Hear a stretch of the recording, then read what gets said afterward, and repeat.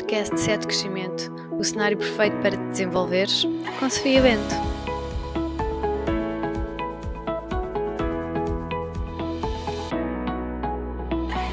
Olá a todos, bem-vindos. Este é o primeiro episódio do meu podcast Sete Crescimento. É verdade, eu não queria acabar o ano sem antes trazer esta novidade, que é uma coisa que eu tinha aqui guardada na manga há muito tempo. E queria começar o podcast exatamente por vos falar disso. Então, quando começou a pandemia, eu estava no Brasil, é verdade, a sambar, não é, no meio do Carnaval de Salvador, espetacular, até que se começaram a falar dos primeiros casos de Covid e eu que tinha o plano de ficar por lá mais tempo, acabei por vir e cheguei a Portugal em abril e fiquei 15 dias fechada, não é? Tal como toda a gente que na altura andava a viajar, portanto eu fiquei 15 dias isolada em casa. E durante esse tempo, além de ver a Casa de Papel em pouquíssimos dias, aquilo que eu fiz foi ouvir podcasts. E houve um podcast que na altura me despertou especial atenção, que foi o podcast da Filipa Galrão, em que ela, maravilhosa, entrevistava algumas pessoas e eu achei aquilo delicioso. E pensei, epá, já há imenso tempo que eu tenho este bichinho da...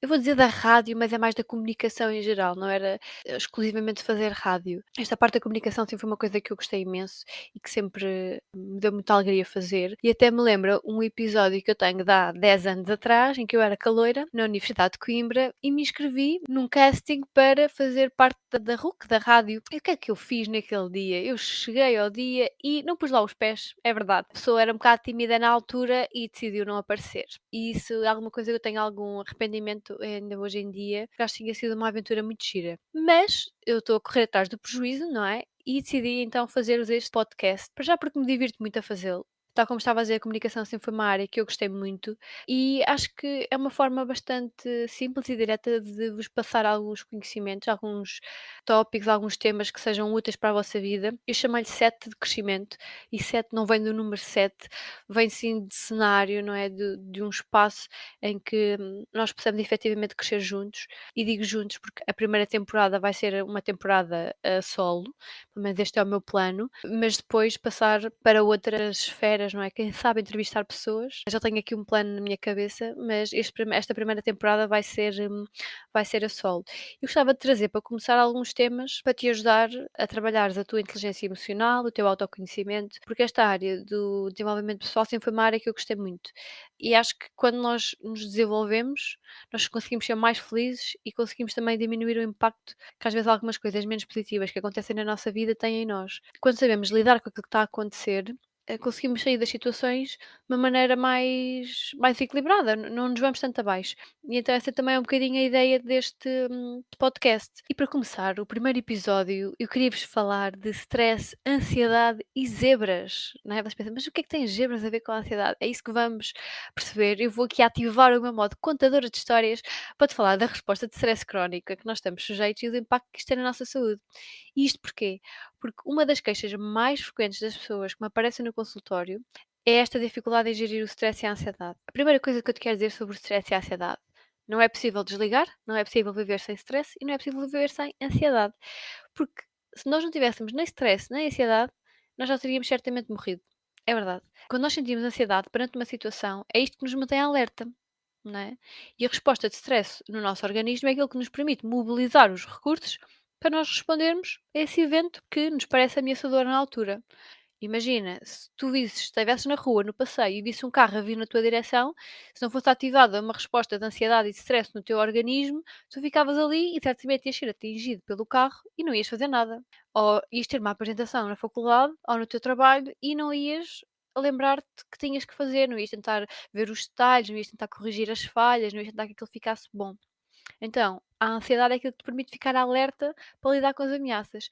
Aquilo que vamos perceber ao longo do episódio de hoje é que estas ameaças são bem diferentes do que aquelas que as zebras enfrentam. E é isto que vamos perceber. Porquê? Porque o stress que nós sentimos hoje em dia, ele é provocado pelo trabalho, pelas nossas relações interpessoais, pelas preocupações que nós temos diariamente com a educação dos nossos filhos, com a gestão dos planos da vida futura, entre muitas outras coisas. Quando as pessoas chegam ao consultório e dizem assim: "Eu estou super estressada, estou super cansada, sinto muita ansiedade", e se começa a fazer aqui um histórico, não é, a avaliar o impacto que isto está a ter na saúde da pessoa, muitas vezes há sempre outras queixas associadas e outros problemas associados, como por exemplo, o excesso ou falta de apetite, os problemas gastrointestinais, insónias, dores no corpo, de costas, de cabeça. Uma coisa que é muito frequente é as pessoas queixarem-se também de alterações ao nível da memória e da atenção. Elas acham que está qualquer coisa a acontecer, elas não conseguem fixar a informação, elas não conseguem prestar atenção àquilo que está a acontecer. Há também outras coisas que estão às vezes por trás, escondidas, no meio deste tanto stress e tanta ansiedade, que é, por exemplo, às vezes a dificuldade em engravidar, ou em perder gordura abdominal, ou outras coisas que nós começamos a achar que aquilo é normal na nossa vida e não conseguimos perceber de onde é que aquilo vem. Então, para isto ficar um bocadinho mais claro, aquilo que eu hoje te queria falar é exatamente da história da zebra. Imagina uma zebra na savana. A zebra está lá distraída, está ali sossegadinha na vida dela, a comer, a passar o tempo, e de repente ela avista um leão. O instinto primitivo da zebra diz-lhe que ela tem três hipóteses. Ou ela luta, ou ela foge, ou ela congela, fica imóvel. O que é que tu achas que ela vai fazer? Bem, se ela foi apanhada de surpresa e o leão já está muito próximo dela, já está mesmo em cima dela ou pronto a atacá-la, ela efetivamente vai ter que fazer alguma coisa para se defender e para lutar pela vida, não é? A zebra não vai ficar ali paradita a achar se tem energia ou força suficiente, ela vai fazer aquilo que ela pode para conseguir escapar. Por outro lado, se ela, imagina, está junto a uma árvore e de repente ela vê que o leão já está muito próximo dela, muito ali escondido na vegetação, e está tão próximo, mas apesar disso ainda não a viu, portanto ela ainda tem ali um tempo para avaliar o que é que ela faz. Tu achas que a zebra vai logo começar a fugir ou vai atacar o leão? Ou provavelmente aquilo que ela vai fazer é, deixa ver se ele se vai embora, se ele não percebe que eu estou aqui, aí sim ainda poupa aqui uma energiazita e escuso estar aqui a desencadear todo este alarido. Obviamente que ela não faz esta reflexão tão filosófica como nós, não é? Aquilo que ela tenta perceber é qual é que é a hipótese que ela tem e que lhe garante a maior probabilidade dela sobreviver. Por outro lado, se ela está longe o suficiente, se ela está lá longe na savana e vê o leão assim, ela pensa: se calhar era melhor eu ir para um sítio mais seguro e, portanto, eu consigo fugir, vou conseguir escapar dele". Ela começa a correr pela savana, passado um bocado ela já despistou o leão e está em segurança. A parte vista das zebras é que as zebras, passando uns minutos, já nem se lembram que elas tiveram que fugir do leão, percebem? O ritmo cardíaco dela desestabiliza, a resposta de stress vai diminuindo e ela fica ali impávida e serena como se nada fosse. Portanto, aquela resposta de stress só funcionou para quando? Para aquele momento, quando ela tinha que se manter viva, para ela fugir do leão. Mas agora o problema é que nós, seres humanos, sabemos que não é assim, não é? Não é assim que funciona connosco. A diferença das zebras é que nós, seres humanos, desenvolvemos uma resposta crónica ao stress. Porque nós temos a capacidade de pensar sobre as situações e o que é que nos pode gerar stress e como é que nós vamos antecipar. Conseguimos ficar a pensar nisto vezes e vezes sem conta.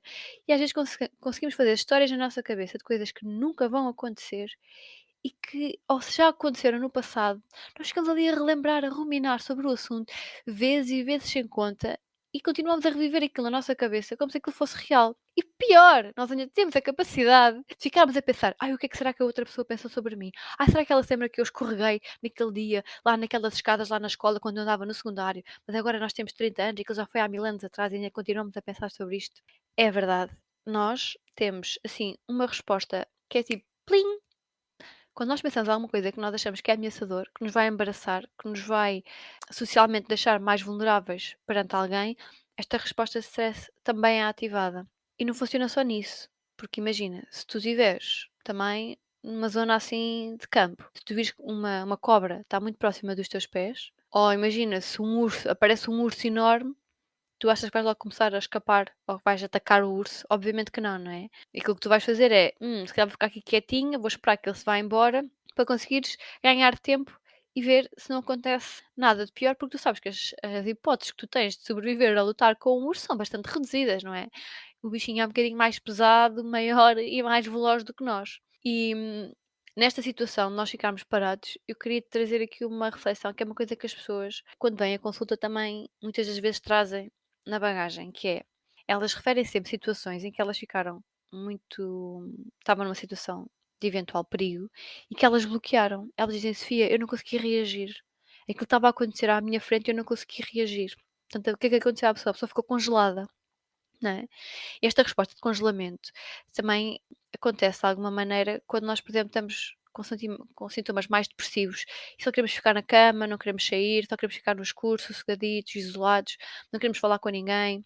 Também quando nós somos pessoas mais tímidas e a interação com as outras pessoas acaba por ser um foco de stress e de ansiedade, aquilo que nós fazemos muitas vezes é nós ficamos na nossa casinha, não é? Isolados, sossegados, e evitamos este confronto, né? Da mesma maneira que a zebra pensa, bem, não vou lutar com o leão, nós também pensamos, bem, não vou lutar com esta situação porque eu vou perder, porque eu sou tímida, eu gosto de estar sossegada e eu não quero passar por isto. Isto faz com que nós às vezes sintamos que, epá, devemos estar avariados, está qualquer coisa de errado connosco, isto não é normal acontecer comigo, não é normal eu reagir desta maneira, porque é que isto acontece, isto, só este pensamento, não é, em loop, gera ainda mais ansiedade.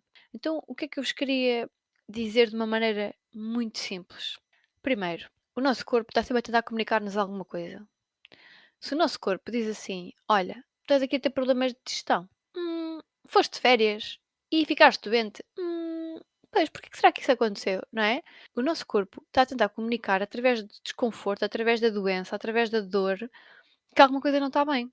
E o que é que nós fazemos? Nós muitas vezes ignoramos, não é? Nós fechamos os olhinhos, achamos que aquilo vai passar e não vamos em busca de resolver os nossos problemas.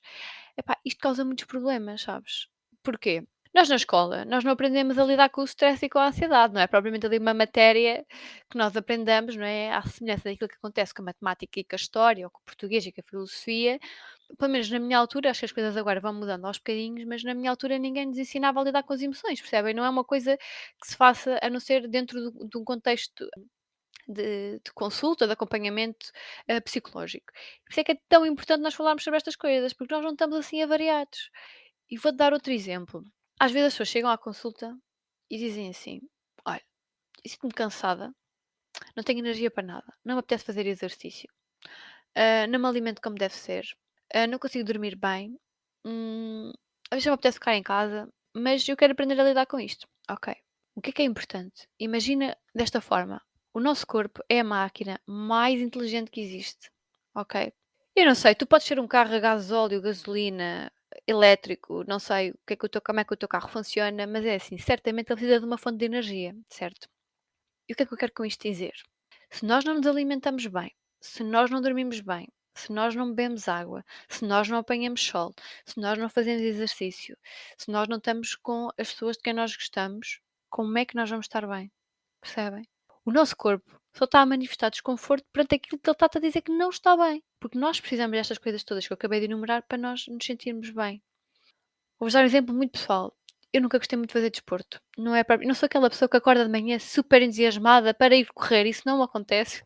Espero que até morrer algum dia me aconteça eu acordar às 7 da manhã super entusiasmada para ir correr.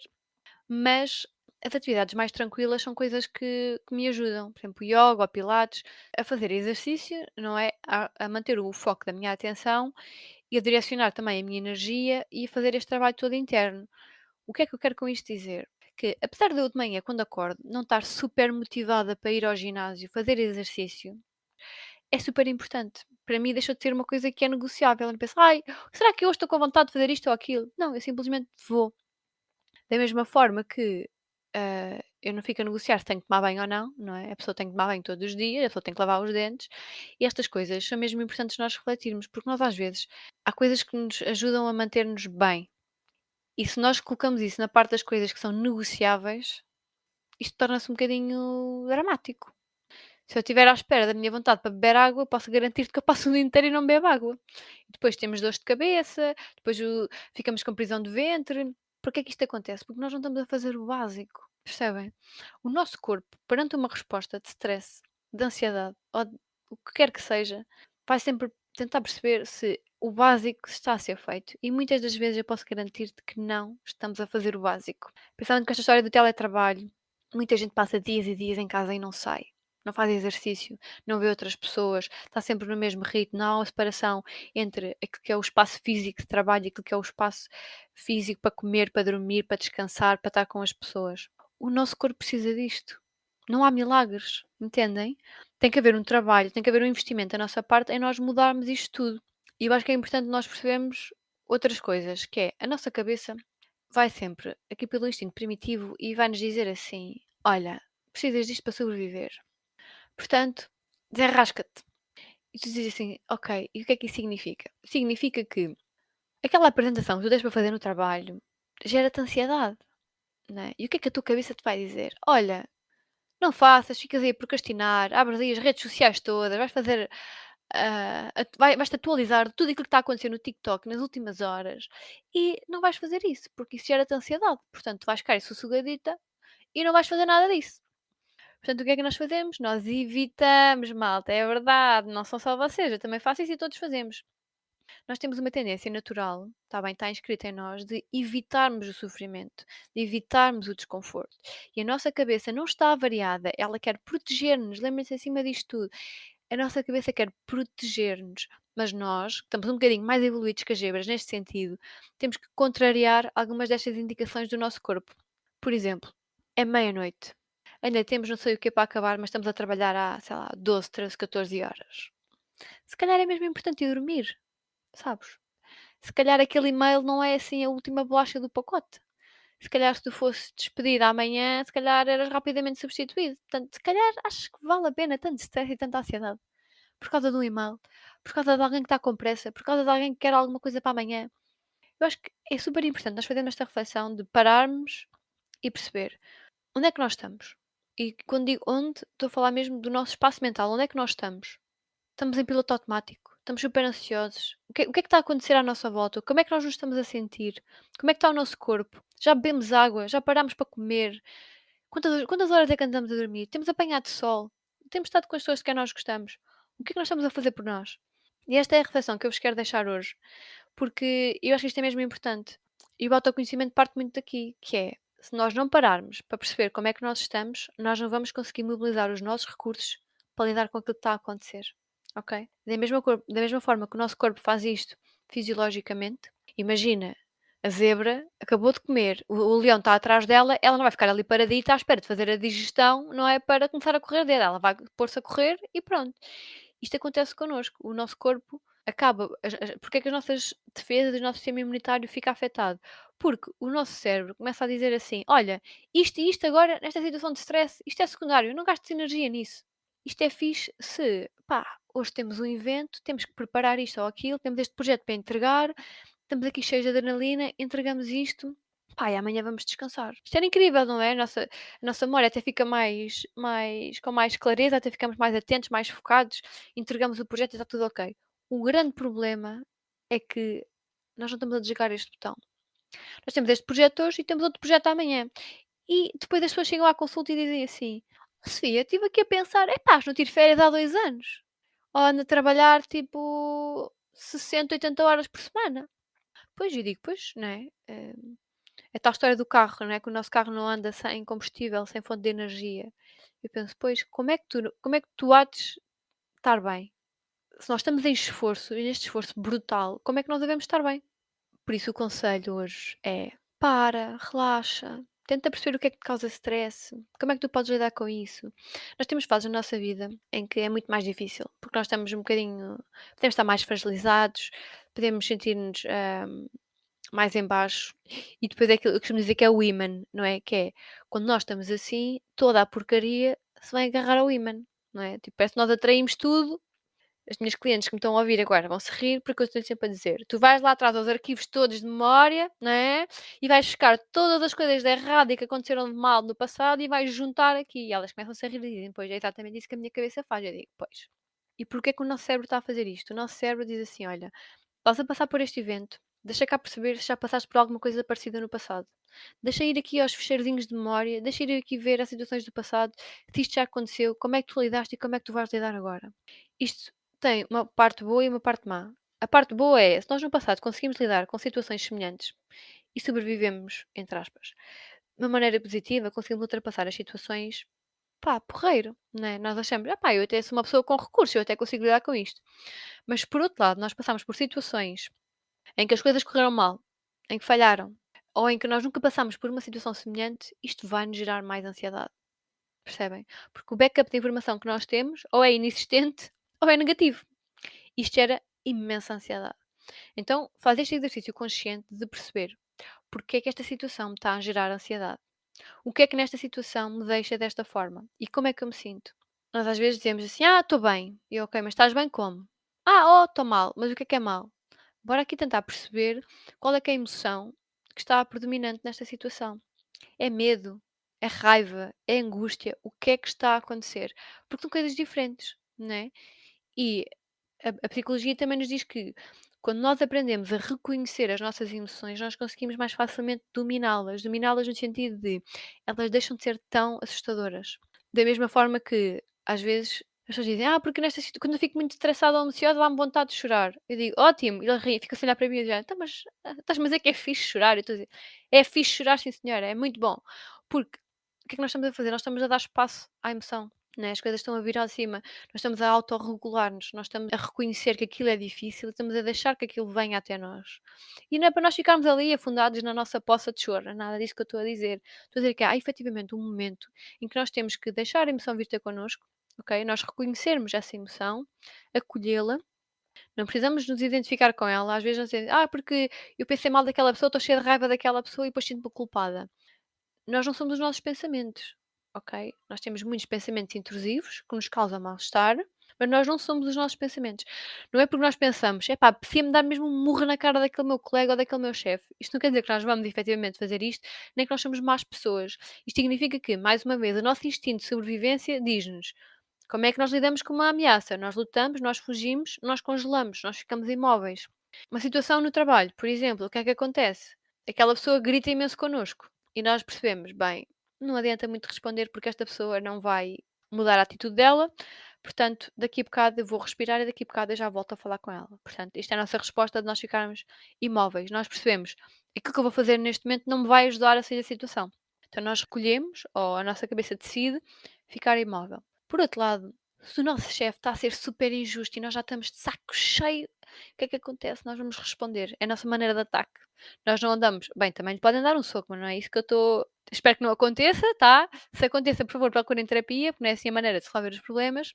Mas aquilo que eu vos quero dizer é que a nossa maneira de atacar às vezes é o ataque verbal. Ao contrário dos animais, nós depois vamos moldando estas respostas, vão ficando socialmente mais aceites e, portanto, às vezes o nosso ataque é a nossa agressividade verbal. Ou nós empurrarmos alguém no meio de uma discussão, ou pronto, é a nossa maneira de ataque. Ou a nossa maneira de fuga, que é nós evitamos lidar com a situação, nós evitamos falar com o nosso chefe, nós evitamos falar com aquele colega de trabalho. E o que é que isto acontece, meus amigos? Será que conseguem chegar a essa conclusão? É verdade. Quando mais nós evitamos, maior fica na nossa cabeça. Se vocês ainda não sabiam disto, então só por isso já ganharam hoje aqui o conhecimento necessário. Quando nós evitamos, as coisas ficam maiores. Portanto, é agarrar o touro pelos cornos, como sempre me disse a minha mãezinha, é enfrentar o medo, faz favor.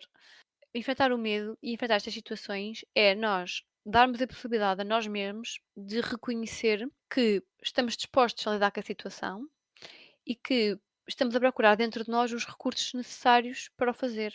Porque se nós evitarmos, primeiro, imagina, nós até podemos falhar, entendem? Mas se nós nos estamos a disponibilizar a enfrentar a situação, nós estamos pelo menos a comunicar ao nosso corpo: olha, procura aí dentro de ti os recursos, sejam emocionais, físicos, cognitivos, o que seja, para lidar com esta situação.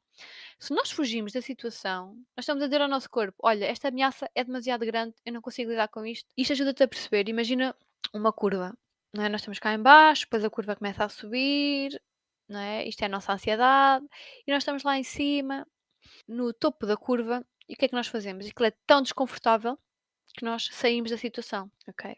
Nós não queremos ter aquela discussão, vamos embora, nós temos medo de cães, fugimos dos cães, nós temos medo de andar de elevadores, nós simplesmente não andamos de elevador e, portanto, o que é que nós estamos a dizer ao nosso corpo? Já vos disse há bocado, estamos a dizer que não queremos lidar com a situação, portanto, quando evitamos, isto torna-se maior dentro da nossa cabeça, certo? E nós não estamos a mobilizar os recursos. E aquela curvinha, nós saímos lá em cima no topo da curva e não nos damos a oportunidade de descer novamente e dizer ao nosso corpo: olha, está tudo bem, podes relaxar. Não há aqui nada de mal que efetivamente possa acontecer. E essa é outra pergunta que vocês podem fazer: é quando algo vos causa muito stress e muita ansiedade, vocês podem perguntar-vos o que é que de pior pode acontecer nesta situação. E vocês vão perceber que, na larga maioria dos casos, não há assim nada de muito errado que possa acontecer. Possivelmente vocês não vão morrer se engasgarem naquela apresentação no trabalho, ou se tiverem uma nota menos boa no teste, ou se a vossa mãe ficar chateada porque vocês se esqueceram de, não sei, fazer a jardinagem lá em casa. Provavelmente nada de muito errado. Quando eu digo de muito errado, estou a dizer que nada que coloque a vossa integridade física em risco, né? Na grande maioria das vezes. Portanto, estas são algumas das aprendizagens. Depois, queria-vos lançar aqui, como se fosse tipo um quadro de perguntas, algumas coisas que são as dúvidas mais comuns que as pessoas têm sobre stress. Uma delas é, Sofia, porque é que eu tenho dificuldade em dormir? Porque é que eu tenho insónias quando me sinto mais estressado? Então, o stress, aquilo que ele faz é acelerar o nosso metabolismo. Isto, obviamente, vai dificultar o sono. Lembras-te que o stress serve para nos pôr a fugir do perigo? Achas que o teu cérebro vai querer descansar se tu tens aquela apresentação no dia seguinte e aquilo te gera stress? O teu cérebro vai dizer: não, não, não, fica acordadinho, fica alerta, porque vais ter isto para resolver. E ainda por cima, quando nós dormimos mal, isto aumenta a concentração de hormonas de stress no organismo. Depois é uma pescadinha de rabo na boca, né? Nós não conseguimos dormir porque estamos estressados e isto acaba por nos causar mais stress. O nosso corpo não descansa, não é? Não faz aquele reset, não se volta a reequilibrar. Isto acaba por ser aqui um ciclo vicioso. Depois, outra pergunta que também já me aconteceu, que é, nós andamos exaustos, não é? E depois vamos de férias e ficamos doentes. Porquê é que isto acontece? Então, quer dizer, quando eu estava a trabalhar, não ficava doente. E agora que estou descansada, relaxada, é que eu fico doente. Pois, muito bem, porque o teu sistema imunitário está afetado. O stress crónico inibe as defesas naturais do teu corpo. Mas enquanto tu estás na situação, ele acha que tem que estar ali a continuar a trabalhar. Quando tu relaxas, não é? Ficas mais vulnerável ao aparecimento das doenças. Porque o teu cérebro, de alguma maneira, percebe que pode descansar, não é? Pode deixar de ativar aquelas respostas e por isso a doença instala-se. Outra das queixas frequentes que as pessoas costumam apresentar é a falta de vontade de fazer sexo. E é normal que isto aconteça quando nós nos sentimos mais estressados, porque o stress afeta a nossa vida sexual, uma vez que diminui a libido, não é? O nosso desejo sexual, e acaba até por desregular o ciclo menstrual, no caso das mulheres, e no caso dos homens isto também acaba por ter impacto, porque a resposta de stress faz diminuir a concentração de testosterona no organismo e por isso dificulta a ereção e pode até causar ejaculação precoce. Além de que a resposta de stress, de ansiedade, faz com que o nosso corpo fique mais cansado, não é? Física e emocionalmente, nós ficamos menos dispostos a estar com outras pessoas, a conversar. Isto acaba também por ligar aos relacionamentos em geral, não só à prática sexual. Uma outra queixa que é muito frequente nas pessoas é os problemas de memória. As pessoas ficam super preocupadas e dizem: se alguma coisa está a acontecer, eu ando super cansada, eu não consigo fixar a informação, eu não consigo lembrar das coisas, isto fica pior à medida que o tempo vai avançando, isto fica pior nos dias em que eu trabalho mais. Então, o nosso cérebro não tem capacidade de estar tanto tempo focado numa tarefa. Nós não fomos feitos para estarmos 12 horas sentados num computador sem interagir com ninguém, não é? Como vocês devem calcular. Nem para estarmos a trabalhar muitas horas seguidas. Ao nível da memória, as hormonas de stress provocam danos no cérebro. Portanto, o hipocampo, que é uma pequena área responsável pela aprendizagem e pela memória, é afetada. E quando estamos a falar de um período temporal grande de exposição ao stress, isto pode comprometer efetivamente a retenção de nova informação e o acesso à memória já armazenada. Mas muitas das vezes aquilo que acontece, e isto é mais frequente nas pessoas, por exemplo, que apresentam a depressão, é o foco da atenção é que está noutras coisas que não aquilo que a pessoa desejava. Ou seja, se eu estou preocupada com o e-mail que eu tenho que responder, com aquela reunião que eu vou ter com o meu chefe, ou com aquela conversa que eu vou ter com o meu namorado, ou o que quer que seja, tudo aquilo que está a acontecer à minha volta eu vou dedicar-lhe menos atenção. Imaginem que eu ligo aqui uma lanterna e aponto para uma parede. Aquela zona que está iluminada, imagina que é a zona que tu consegues dedicar a tua atenção, em que estás focado, no qual tu consegues processar os estímulos. O nosso cérebro não tem capacidade de processar todos os estímulos que ele recebe, então ele seleciona os estímulos que ele considera mais importantes. Se nós estamos preocupados com a reunião, se calhar aquilo que está a dar na televisão acaba por passar despercebido, ou alguém está a falar ao nosso lado e nós estamos a responder àquele e-mail que é super urgente para não me darem na cabeça que eu vou chegar atrasada ou alguma coisa, aquela informação não está a ser absorvida. Então, muitas das vezes, aquilo que é importante fazermos é descomprimirmos do ambiente em que estamos e fazermos uma tarefa de cada vez. E agora que já falámos todos estes problemas que o stress nos pode causar, eu queria terminar o episódio de hoje a falar das soluções. O que é que nós podemos fazer para lidar melhor com a ansiedade? Porque, na verdade, os problemas só existem para serem resolvidos e a ansiedade até é nossa amiga. Ela só nos quer proteger, lembra-te disto. A primeira sugestão que eu tenho para te fazer é focar na tua respiração. Faz uma pausa e respira de forma lenta e profunda. Nós podemos respirar para viver, nada é mais simples e intuitivo do que isto. Eu gosto de olhar para a respiração como se fosse um presente que nos foi dado. Sabes porquê? Porque nós não nos podemos esquecer da respiração em casa, nem dentro da mala, nem na escola do nosso filho, nem em lado nenhum. A respiração anda sempre connosco, 24 horas por dia, até quando estamos a dormir. Portanto, aquilo que nos acontece é nós andamos tão acelerados que às vezes desaprendemos a respirar. Se vocês quiserem ver alguém a respirar muito bem, vocês vão olhar para um bebê a dormir e vão ver como é perfeitinha a maneira como ele respira. Mas quando nós crescemos, nós vamos desaprendendo. E isto é tão óbvio, eu lembro-me sempre desta história. Eu dava sessões há uns tempos de sessões de relaxamento em grupo e eu pedia às pessoas para inspirarem. Não lhes dava assim muita informação, de agora vamos inspirar. E a primeira coisa que as pessoas faziam era subir os ombros. E eu brincava sempre e dizia que nós não respiramos pelos ombros, porque quando o ar entra, a nossa barriga expande. Nós podemos imaginar que estamos dentro de um barril e queremos encostar o nosso umbigo a esse barril, e quando o ar sai, nós expiramos. Então, a barriga encolhe. Isto é um movimento natural, quando os pulmões enchem e esvaziam. Quando nós fazemos respirações lentas e profundas, o mais importante de tudo é que nós estamos a informar o nosso cérebro que ele pode relaxar e que está tudo bem. Isto é uma função que nos foi dada e que é tão simples que nós muitas vezes não a usamos de maneira eficiente. Portanto, quando tu te sentes mais cansada e mais estressada, para respirar de forma lenta e profunda. O segundo exercício que eu tenho para te propor é: tu precisas mesmo mexer-te. Portanto, 30 minutos de exercício por dia é aquilo que o teu corpo precisa. Nós não fomos desenhados para estarmos tanto tempo inativos, sentados o dia todo em teletrabalho, sem sair de casa, sem nos mexermos e acumularmos infinitamente todo esse stress no corpo. Nós precisamos que o nosso corpo liberte endorfinas para nos fazer sentir bem. Portanto, é que é super importante que tu faças exercício. Se tu andas muito cansado e não tens muita paciência para ir para o ginásio com o barulho da música muito alto, sentes que não consegues lidar bem com aquilo, podes procurar atividades da natureza, por exemplo, ou podes começar por uma prática mais tranquila, como o yoga, o pilates, a natação. Isto pode fazer com que te sintas bem, que relaxes, que saias de casa, que tenhas uma rotina de fazer e desfazer a mala.